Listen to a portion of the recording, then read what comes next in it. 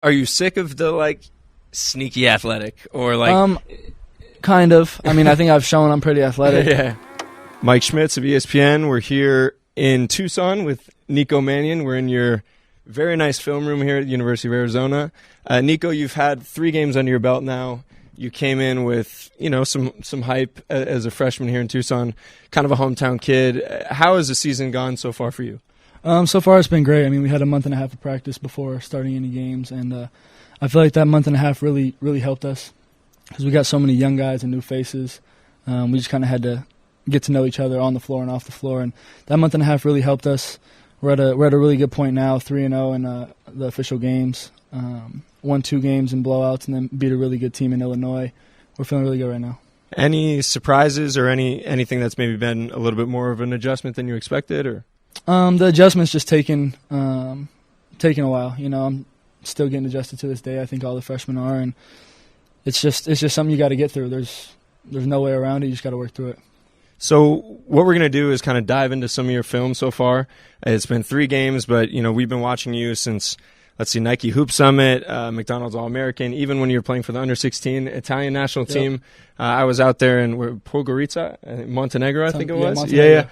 Yeah. So we're going to dive into some of that, mostly your Arizona film, but kind of break down, some areas where you've been really good, and then maybe just a couple points of, hey, this is an area to improve. For sure.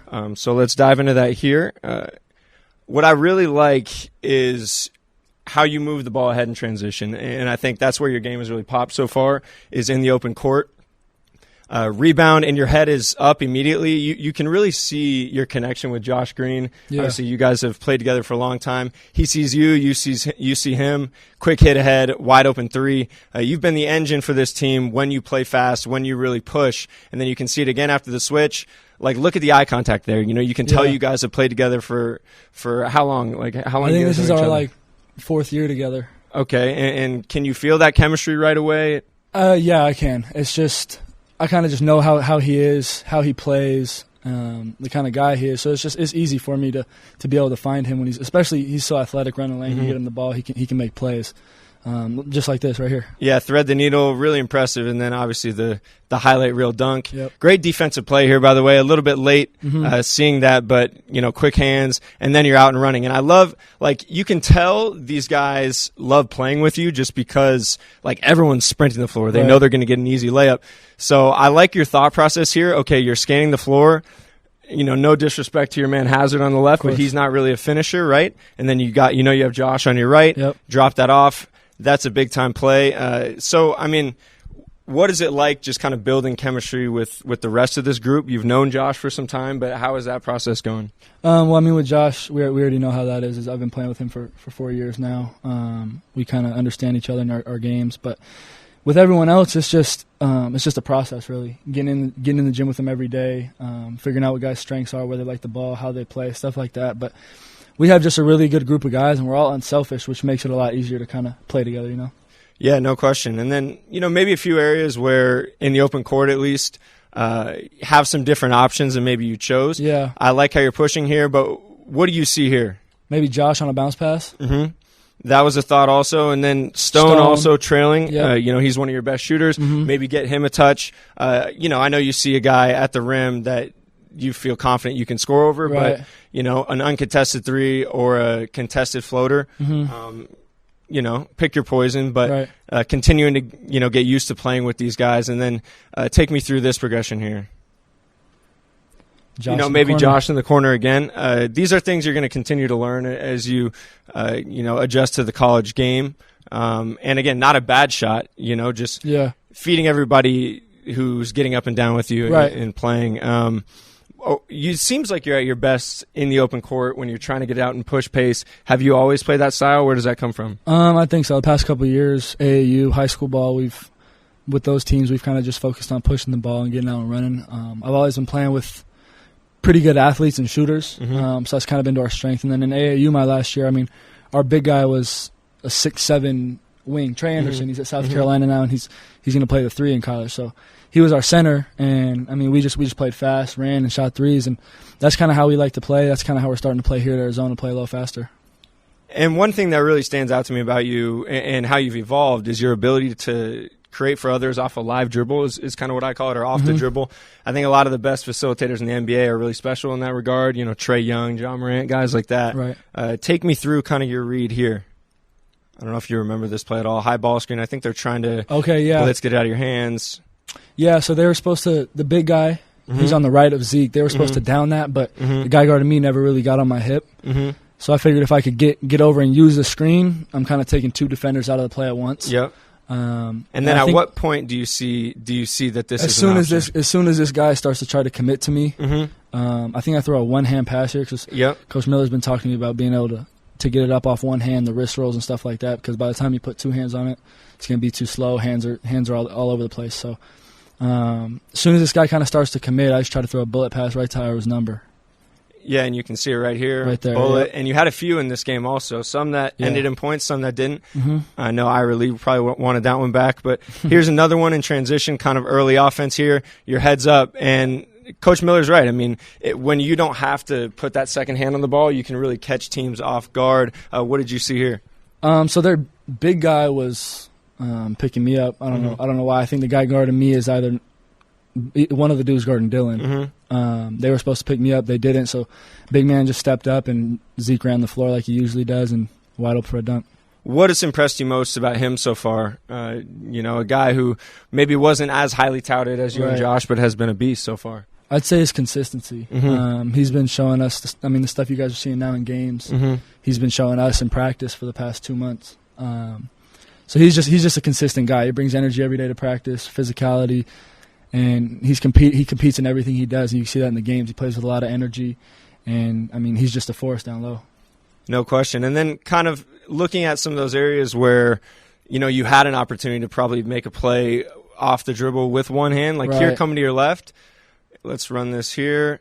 Like, I would either take that extra dribble and kind of freeze the defense with your eyes and then lefty hook pass to Josh coming out. But because you have to put that other hand on it, that allows that closeout defender to come out. Exactly. And these are things you've studied. These are things you talked about with Coach Miller as well. Yep. I don't know if that was an air ball or a block, but, being able to get it to him a little bit quicker, I think would help. And then here again, like, kill it a little bit early. Yep. This should be a turnover. I don't know if you remember that play. I do. Not a bad look. That's the stuff I've been working on here. Yeah. You see how I put two hands on and kind of put it over my head to get rid of it. If you can come off that screen and just make a left hand wrist roll over the top, it makes it so much quicker and makes it harder for the closeout on the other guy. Yeah, no question. And then here you can see it also, like, this ends in a bucket. But like, what's another Dylan. read you see? Right, Dylan, lefty, live dribble pass. Yep. This gets through, but I think if that's an NBA team, that's probably not a finish there. Definitely. And then you can see one of your best examples of doing that, I think, here. Side ball screen, Ira Lee comes up, sets you one.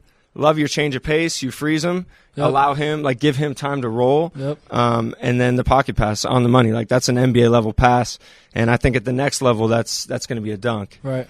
And then your ability to kind of create your own angles. You don't have elite size or length, but you seem to find a way to deliver the ball from different windows. Take me through what you saw here.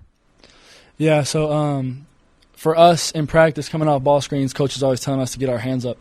So if you kind of just fake up, the defender's hands are already up, they're jumping, whatever they're doing, then you can get it low. So I was just trying to – I thought Cam was going to jump because they do the high hands like us on the ball screens. And if I can just get that big's hands to come up a little bit and get that bounce pass through to Chase.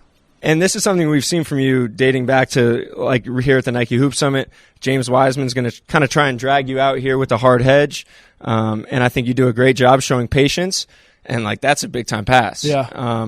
Precious doesn't knock it down, but you're going to see guys like James Wiseman, 7'1", 250 pounds, 7'6" wingspan in the NBA. How do you think you're going to be able to adjust your game to facing, like, these athletic bigs in pick and roll? Yeah, I think it's good for me to be here at Arizona because we have bigs with that athleticism. Zeke and Chase, Ira, Stone. Like, we have mobile bigs. So me going against that every day in practice has been an adjustment. I think I'm getting better as each practice goes on. But just being able to adjust to it, really. There's nothing you can do to think about, or that you just gotta get through it. Find what you do best in that scenario and stick with it. No question. And here you can see again, ball screen, Yeah, you have the little drop off here to Kofi Cockburn, I believe. Yep. What are your other options here? Corner, number 5, DD. Yep. But again, put it right in his breadbasket, easy finish for him. Yep. So I think that's why guys are going to like playing with you at the next level. Like, you're looking to get them involved, and you can do it in a variety of ways. Right. And then as a scorer, what stands out to me, what stands out to a lot of scouts, is just you have a very natural change of pace to you. Mm-hmm. You like to use these hang dribbles, whether it's your right hand, left hand, and then kind of explode. Here's an example of that. You got a defender on your heels here. Quick little change of pace into the 2-foot floater. That's a big-time shot. And then what impresses me about you is, like I said, you don't have, elite size or length, but you cover a lot of ground with your dribble. Mm-hmm. Like, look at this here. Like, look at how much ground you cover with one dribble. Is that a technique thing? Is that just like a unique athleticism? I think I've just been working on it for so long. Mm-hmm. Vaughn, my trainer, him and I worked on being able to change pace and be able to get to my spots, because we know at the next level at this level and the next level there's so many guys that are bigger and athletic. Mm-hmm. That just needs to, I need to be able to have that to be able to get to my spots. So on that one, they kind of just wide. I had to split it, so I kind of just threw it between them.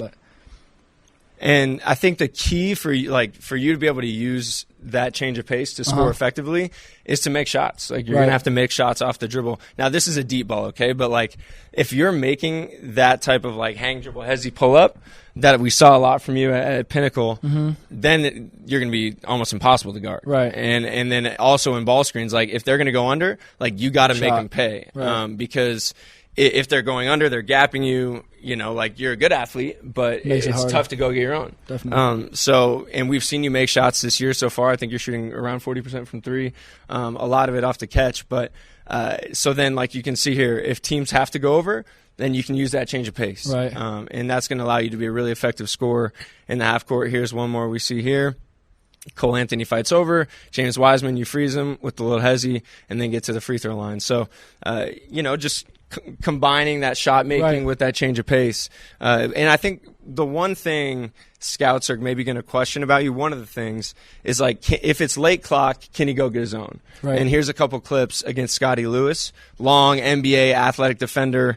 I'm just preparing you almost like this is what they're going to say. Like, they're going to be sitting in their draft room and saying, like, okay, they call butter last 5 seconds of a shot clock. Can Nico Mannion go get us a bucket versus switch? How would you answer, I guess, some of those questions? I think I can. Scotty's a great defender. This ends up being a good look. Right. But do you feel like you've proven that you can? I think I have. Yeah.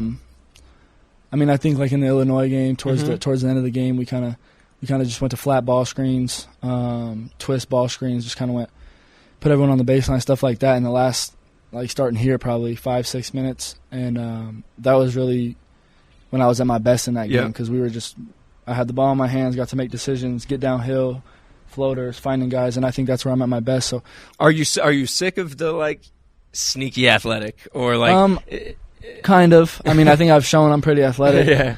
Playing above the rim every once in a while. I think I'm quicker than a lot of people think. Yep. So that sneaky athletic, they can still say it. It doesn't bother me, but I just don't think it fits me. Yeah, for sure. And I think another area where, you've shown a lot of promise is just your floater game, and 1 foot, 2 feet, doesn't matter. Here, even like from the elbow almost. Right. That's a touch shot you're going to need against NBA length and athleticism. Here, playing off the ball, really instinctual closeout attack into that 2 foot. Anyone you tried to watch when you were younger?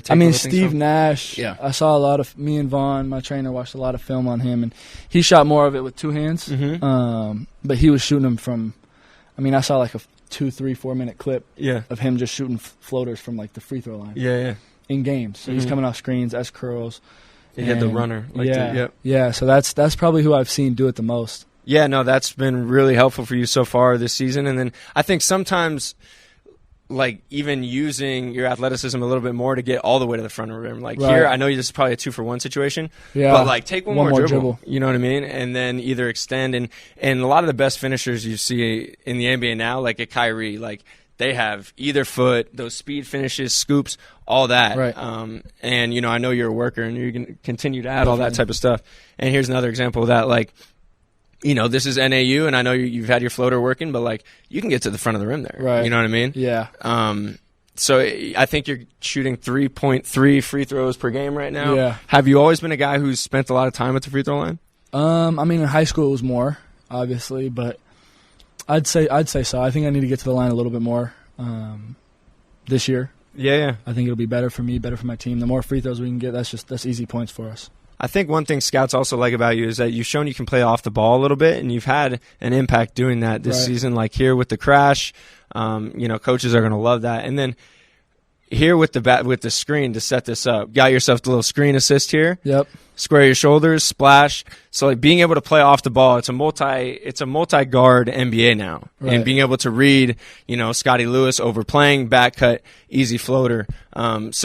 Offensively, I think you've been really impressive so far overall. And then on the defensive side is, an area where there's still room for growth, but where you've also had some solid moments as well. Pressuring the ball here, I think you have the feet and the quickness to be a disruptive defender. So like here, you missed the floater, you're upset, you pick up, and that's a really nice contain, How much has Coach Miller kind of stressed being a disruptive defender for you? Quite a bit. We don't want to pick up full often on made baskets when we can set our defense. Maybe the point guard will pick up.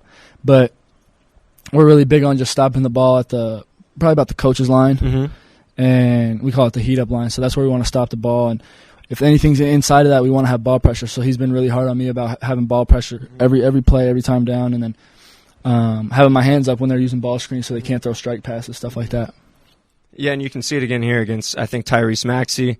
Just doing a nice job. You don't commit the foul. But, there's no reason you can't be that type of defender. And, like, here is an example of, like, you just let him get picked up too low. Yep. Then you're running into Chase Jeter, running into Kofi Cockburn, and he gets an easy floater. Yep. Yeah, so I think, sometimes you have that casual way about you where, like, you're not a rah-rah guy, but it's finding that balance of being, like, how am I my best self defensively while also, being yourself. Yes, sir.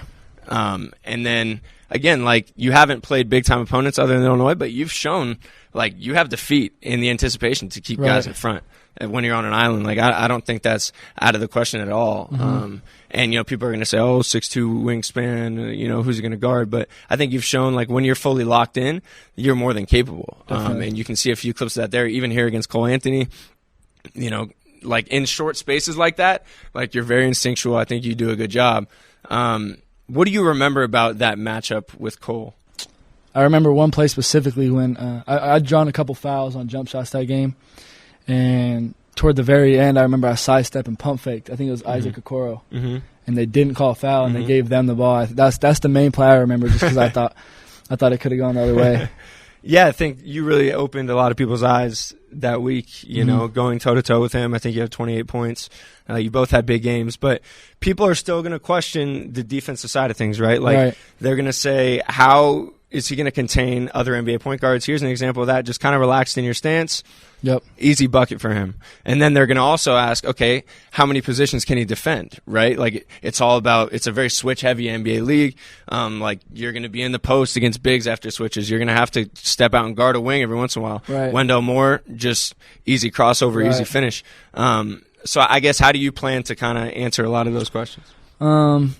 Just working harder. I feel like sometimes in games, maybe you get tired, lack a little focus, and that's when those mistakes happen. So I feel like if I'm locked in, maybe you saw the clips from before when I'm containing the ball, I think I can do that a lot more often if I'm really locked in. Yeah, and here, like, getting over screens, keeping it in front, second effort, still keeping it in front, force the turnover. I'm sure that's what Coach Miller wants to see. And then getting through, like, really good anticipation on the ball. I think you do a nice job of reading where your guy's going to go, how he's going to attack. And, you're going to face a lot of ball screens in the NBA. Right. So, got to be prepared for that. But, like, what do you think Coach Miller would want to see here? Something like this, we need to weak it. So I need to jump up on his right hand. And depending on what the clock's at, it's at 19 right now, so that'd just be a hedge by Ira, and I'd get back in front. Yeah, he doesn't help you out here, but, like, ball pressure, activity, and then even, like, lift that inside foot, right? Like, to get over that. Yeah. I know he kind of changed his angle. It's probably a moving screen. But little things like that you're learning here every Yep. day at Arizona, and being with a guy like Coach Miller, like Definitely. there's nobody better to teach you all that. So, but then I think you did a nice job too in closeout situations, like you're back at the rim helping on Fullback, the big. yep. What do you guys call that? We call that the fullback. So anytime there's a shot up, 3, 4, and 5 crash, 1 and 2 are always back. So in this spot right now, I'm the 1, but I'm the fullback. So I got to get back to the paint because most teams have a big guy running the floor. So I got to get back and have Zeke bounce me out. And in this scenario, he throws it early, so I kind of have to bounce out early and close out on a shooter. But you get a good contest here, and that's exactly what you guys want. Then a rebound from Zeke, Right. And then break this down for me here. So they're in a side ball screen. Yeah. Zeke with the help, so you Zeke kind of has got to to help. play I kind too. of got to Huh? play too. Right. I think you do a nice job of taking away that kind of baseline drift, and then you're there on the catch, high hands, like that's perfect. Right. You know what I mean? Very technically sound. And then on the flip side, sometimes just kind of relaxed, and then a gamble here. You try to jump the passing lane, and then he gets 2. Yep. So how do you balance, being like, a good athlete who has quickness and instincts with, trying to be sound within this defense? A big thing for me when I got to Arizona was kind of my footing on defense off the ball, because I always used to turn and open my chest to the ball, and I still do it. It's a habit I need to get out of, but I want to be able to have my closest foot to the ball up, so my chest is towards my man, because then if I commit to helping with this foot up, I don't have to turn my feet or turn my hips again to get out to the shooter. So that's a big thing for me that I'm working on. I think that'll help me a lot with closeouts, not having to turn my hips twice. Or run in and run back out, stuff like that. So I think a big thing for me will just be positioning. Yeah, that's what the NBA is so much about. And you can see here, like, these are the type of high-effort plays that win games. You know what I mean? It's just you can cover up a lot of mental mistakes or positioning mistakes with just playing really hard. And then, you show some of your defensive IQ here. I don't know if this is exactly you, but, still a good read, poke it away, and then you guys are going the other way. And I love little stuff like this. Like, just you can see how much basketball guys played in their life if they had these little tricks. And so what are you seeing here? He's going to Euro, so you jump it? Euro, crow hop, whatever he's going to do. He's coming back to the middle. Right, so you jump that, and then he's falling over. Little things like that, like you can just tell you've played a ton of hoop. Right. When did you start playing basketball? I didn't start playing really till I was probably 5 or 6. But that was, it's just rec league stuff. Right. Small YMCA stuff like that in Utah. And then, I really started playing probably 6th grade, like serious. Okay. Probably about 5th grade, 6th grade serious. Okay. Yeah, you can always tell guys who just played a lot, in the park. And, I grew up around basketball too. Yeah. My dad played, and then did the pre-op and post-game stuff with the Jazz. So I was around basketball pretty much my whole life. Through and through. Right. And then another thing, off the ball here, just kind of losing sight of your man. Yep. He fades. Like, if you're in the NBA, that's a catch and shoot 3 and you're on the bench, So it's about staying locked in. Obviously, he doesn't punish you there. You do a nice job of containing. But at the next level, it's so much about staying locked in off the ball. And then here, let's see. This is one of my favorite possessions from you. So who are you guarding here? Trent Frazier. Yep. And what is he? Shooter, scorer. Right. So you're going to blow up this DHO, okay, and you're not going to allow a catch. Like, you just decided, okay, Trent Frazier is not getting the rock. They're down 13. Dribble. Exactly, like no touch, and then clank.